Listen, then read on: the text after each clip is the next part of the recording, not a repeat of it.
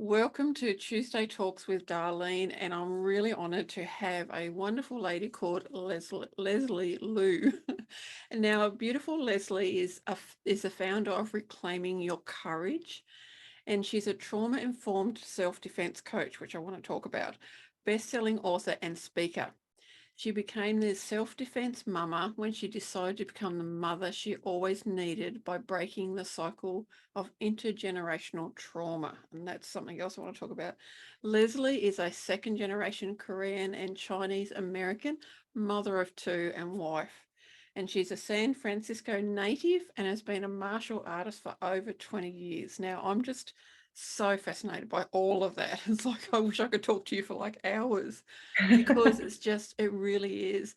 And I love how you're a trauma-informed self-defense coach. Now, that just means so much to me because for the people that have been following me for a while know that I have mental illness from trauma because I spent 30 years on the front line, all of that beautiful stuff. And I love that, you're a trauma-informed self-defense coach, and I'd love for you to actually talk a bit more about that and about yourself.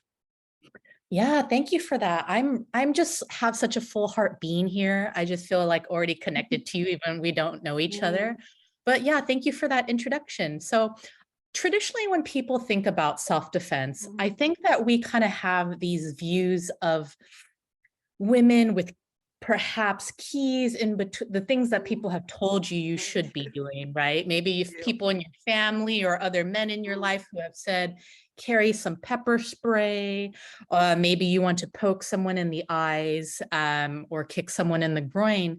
But I really approach self-defense in a very holistic way. And I developed a system of mind, body, and voice. Mm, And the reason why I feel like that's so important is because back when I was teaching self-defense classes years ago, in a traditional environment, you usually have an instructor and you have a lot of women kind of doing these techniques and moves. And I always found that there was always people in the group that kind of were a little bit stuck. mm, And I think that in a lot of gym environments and other environments, sometimes what can happen is it's overwhelming.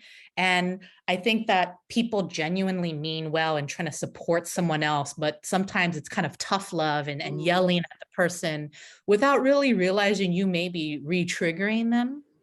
And so what I really was fascinated about was holding space for these women. And as someone like myself who has been a sexual assault survivor and has overcome trauma throughout my life, I felt like it was really important to start asking these women, like, what's really happening right now? mm. Wow. Because these are very important things where they would have men that were twice their size kind of choking them or, mounted on top of them. And I just felt like you couldn't just really throw women into technique Mm, and body movement. It was important to understand this connection between what were the words that they were saying to themselves and how did that affect the words and maybe the ways that they like vocalize their boundaries to a potential attacker, mm, physical or non-physical. And then just really, really creating space for them. And I tell you that once that started happening and helping people really tap into this woman warrior mindset that you're worth fighting for, that mm, you can protect your peace, that you can become a self advocate. mm, I felt like those things, like getting connected to your higher self, mm, those things and helping people kind of speak up and kind of come into their power was so powerful that once we did that, the physical stuff was a lot more quicker and a lot more efficient. And you mm. had these women who just kind of rip through like lionesses and just were a lot more powerful. And that's when I started to really become fascinated in helping people make this connection with mind, body, and voice. Mm. Well, I nearly want to cry because that is just so beautiful because I'm also a sexual abuse survivor as well. And for you to really do that, it's just like, wow, that is just so profound and so beautiful. Like it really does touch me so much. It's like far out because I've looked at self-defense and gone, yeah, no, not really. And the same thing with gyms, like I'm I'm menopausal, so I need someone that understands me. And for you to do that is just, it's so profound. Like, oh, Thank you. I'm so honored by that. And I think that your experience is a very valid one and mm, very typical for people because a lot of people that I work with don't necessarily feel physically strong. mm, I've worked with people who are much older, who are not that large. And I'm like, it's really, really about understanding leverage over strength.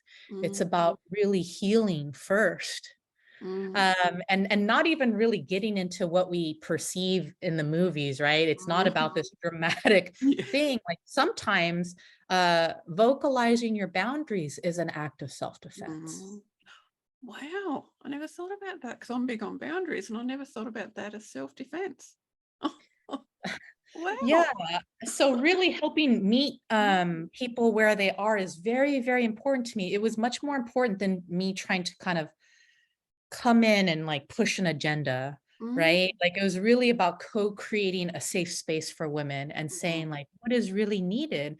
And I found that there were two buckets that women were suffering from. There was a threat of like the physical mm, attacks, vulnerable experiences, walking your dog, kind of all these scenarios. But there was a lot of group of women who necessarily weren't concerned about the physical. mm, It was, what do I do with a toxic family member or perhaps a microaggression in the workplace? How mm, do I advocate for myself at work in terms of honoring my time and pushing mm, back a little bit? So I felt like it was important to not just focus on the physical. I think it mm, was very important to help women with a structure and a framework on using their words and speaking up. So I do workshops centered around that work as mm. well.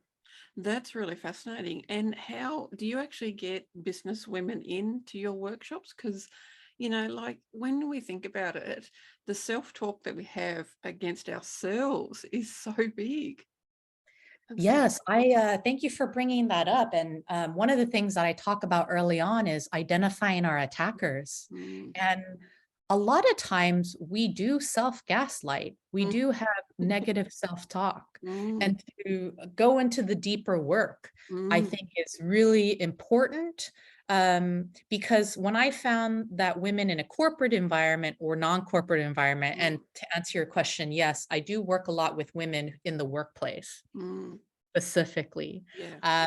And what had started coming up was like I had women in leadership positions that said, huh, I was actually being gaslit by another woman in the Mm, workplace. Like I really wanted to have a leadership role, but really felt kind of overshadowed and not supported there. mm, Or yeah, just really others not honoring my mm, time or male colleagues. And so, yes, that's where I felt like it was really, really important because there were a lot of women that were saying, hey, Leslie, I'm being deemed as too aggressive if I mm. speak up for myself.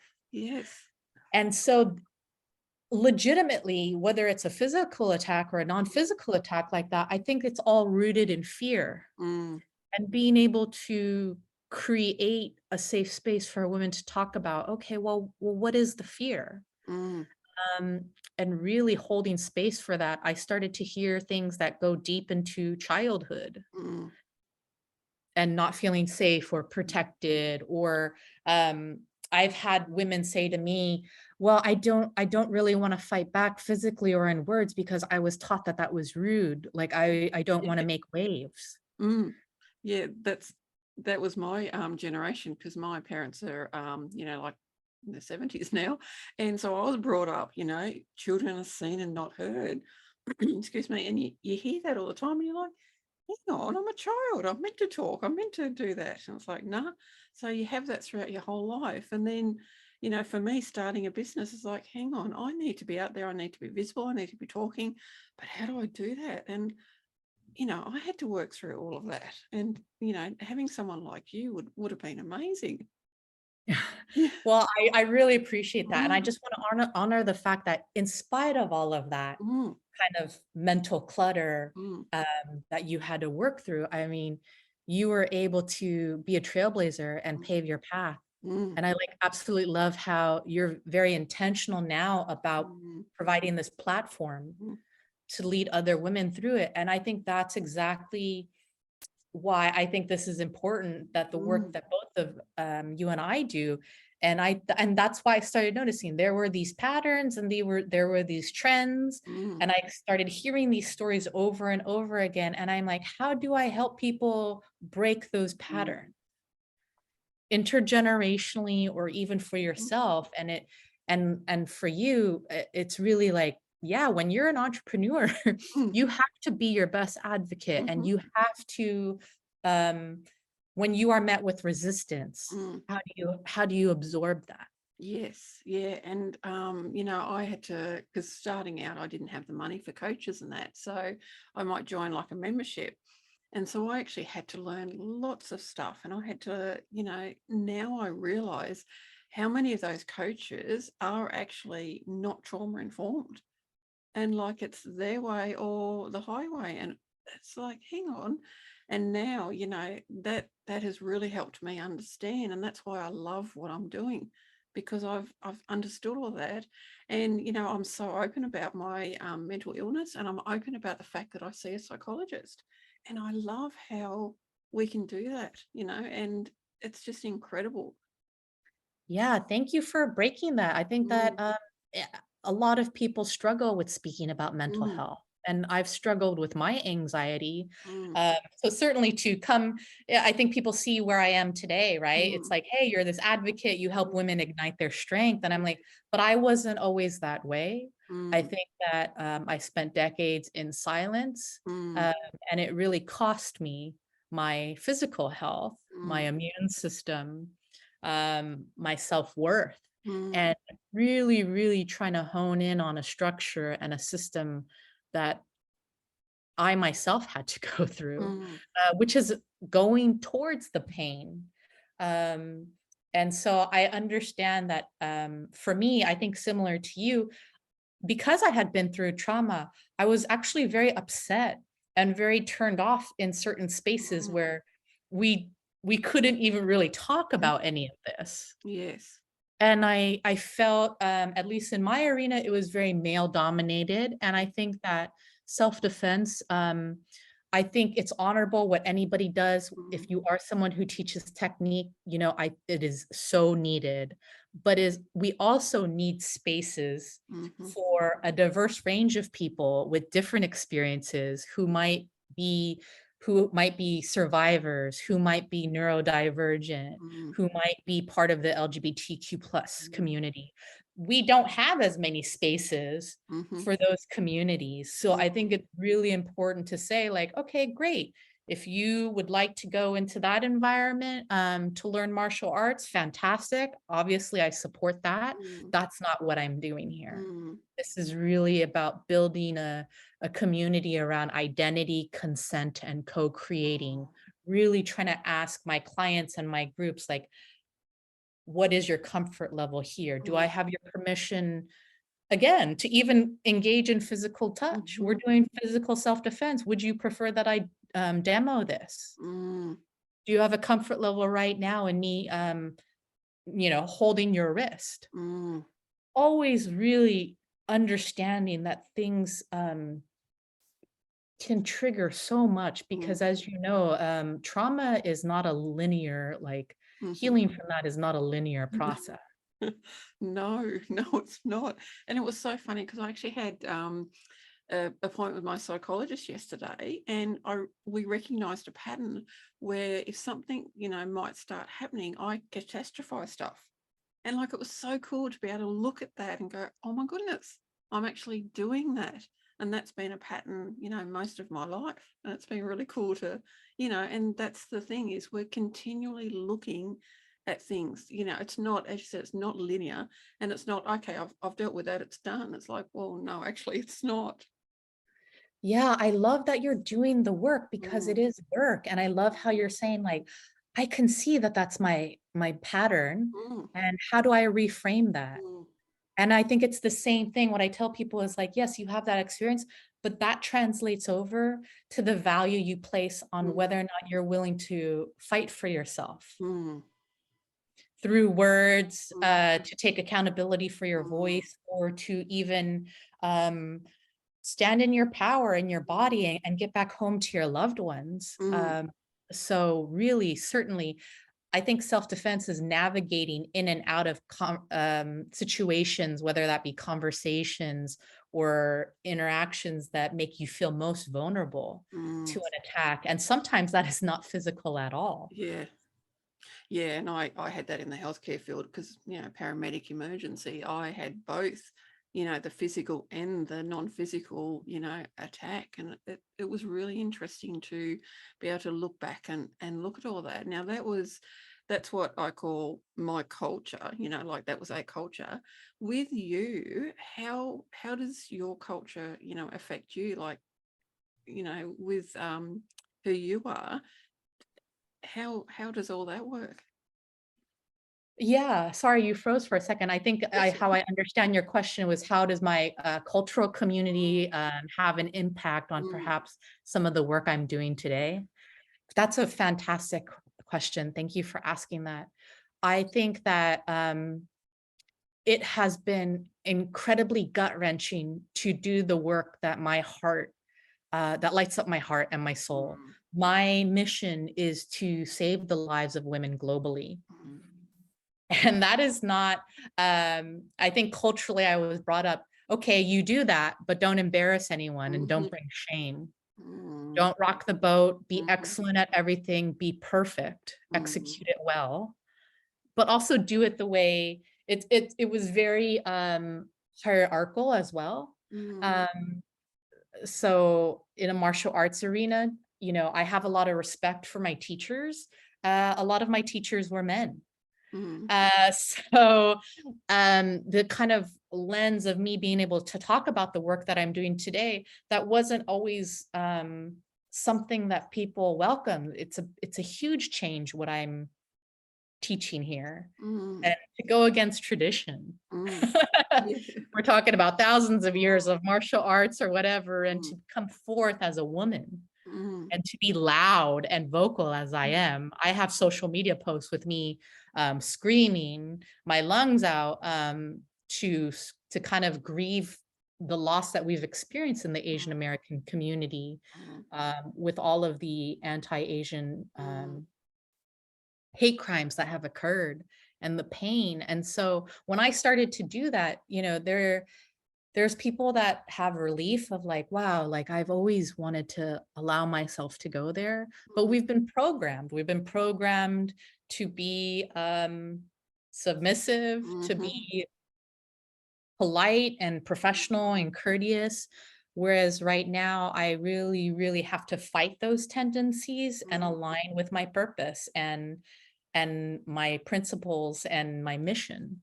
And mm, that is very hard, especially when other people don't see, especially people in the community, the Asian community, outside of the Asian community, my family, mm, right? Not really kind of understanding that. mm, And then to talk about trauma and how that influenced mm, what I'm doing today, um, it's almost like overwhelming. It's too much. mm, As a survivor, I found that not I've had to like kind of help support people around me as to how to receive what I'm sharing with them about the mm, trauma I faced, because they have not experienced yep, the trauma. mm, So they don't almost know what support looks like, mm, or I'm sure you know what I'm saying is like they don't have a point of reference, and I have felt a huge level of PTSD in mm, trying to. So it's like, okay, you might not understand my trauma, mm, but here's some meaningful things that you know would mean a lot to me. This is what supporting me looks like.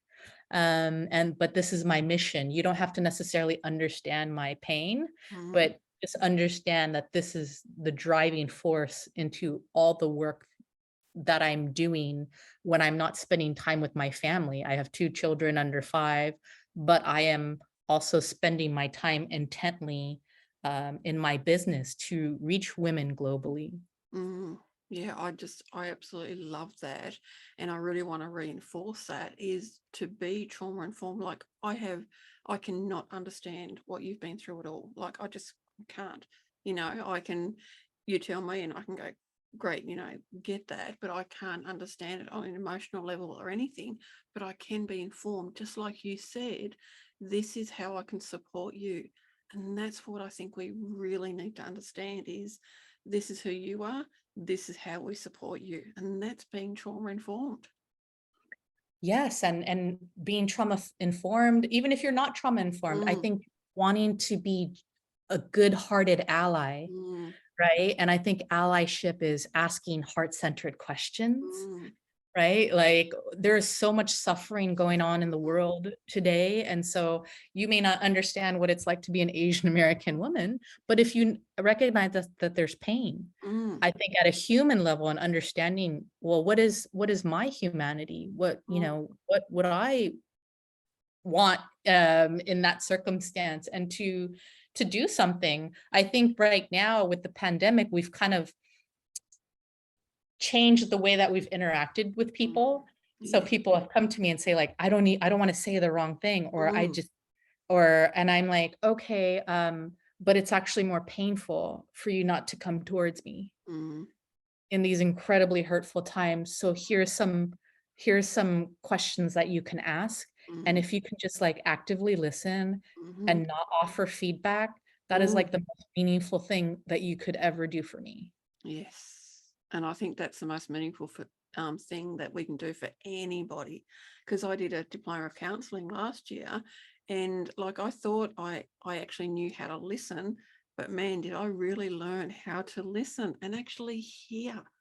And it's so incredible when you feel heard because you feel as though you've been held.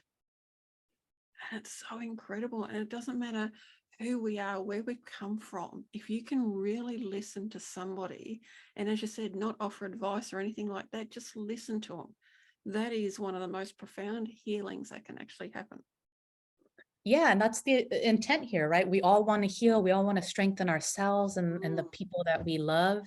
And I also think that it's very human to when we can't listen. I think I've gotten better myself personally and helping my clients through, okay, well, what do you say so that you're not a people pleaser, that you're not mm, constantly burnt out by trying to like exert mm, your energy towards others? Like it's totally okay to say in self-defense, like, I really want to hear you right now, but I mm, don't have the mental and emotional bandwidth right now. Can we revisit this conversation tomorrow?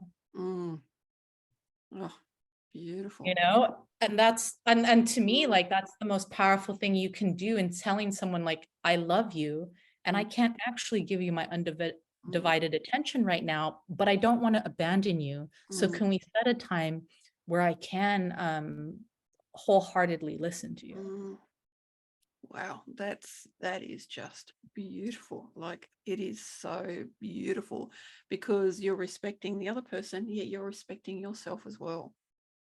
Yeah, and I think that that's to in the most honest and pure way, we all have gone through like the last couple years. Mm, It is all about conserving our energy, mm, um, and really just expressing our boundaries to mhm, people.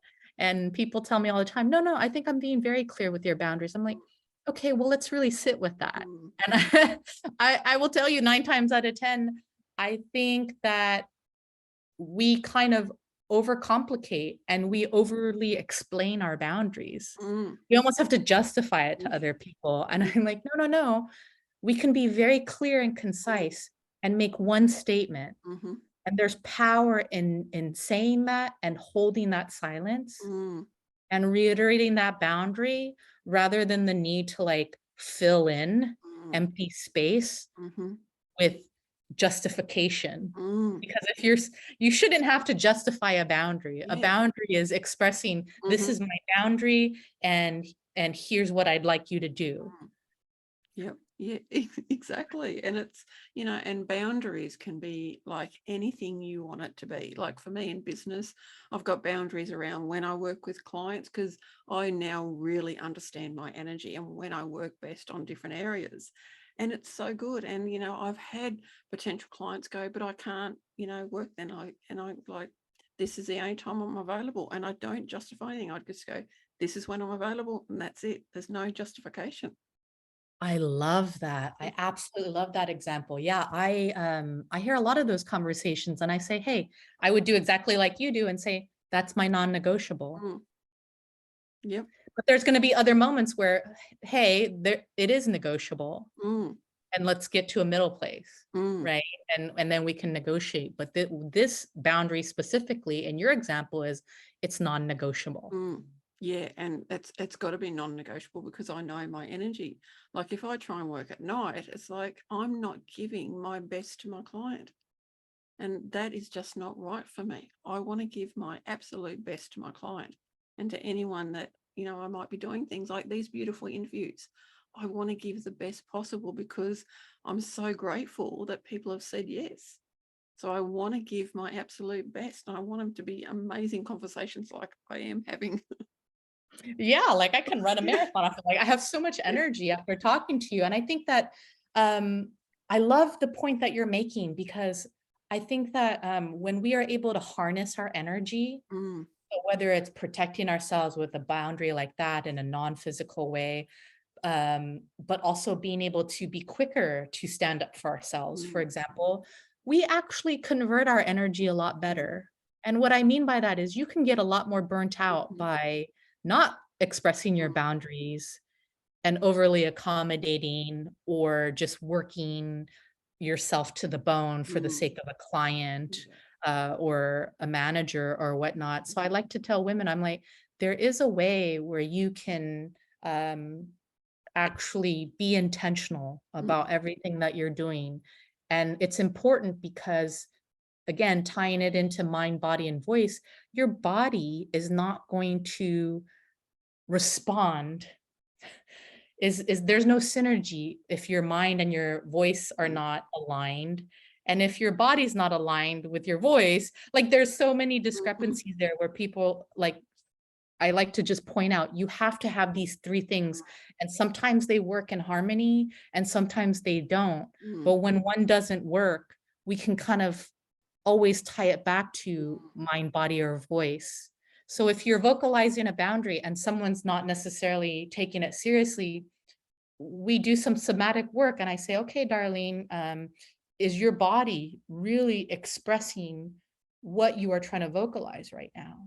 Or is it saying something else? mm, It's saying stop. I don't, like stop. mm, Don't come any further. If my body is curled up like this, mm, that doesn't necessarily exude mhm, confidence. So helping people understand these patterns of like, okay, well, let's try that again. Let's try to ground ourselves in our bodies mm, and then work on our mindset, our self-defense mindset, and then the words will flow a lot easier. mm. Our body will move with more fluidity. Yes. Yeah, I love that because I'm really big on working with the mind, body, and like I love what's called the chakra. So I work with the chakra so much. And I notice that when I'm really connected to myself, my voice is so strong and powerful. And it doesn't need to be aggressive. It just needs to be, this is who I am. And it's really amazing. And that's why I love what you do because as you said, the mind, body, and the voice, it's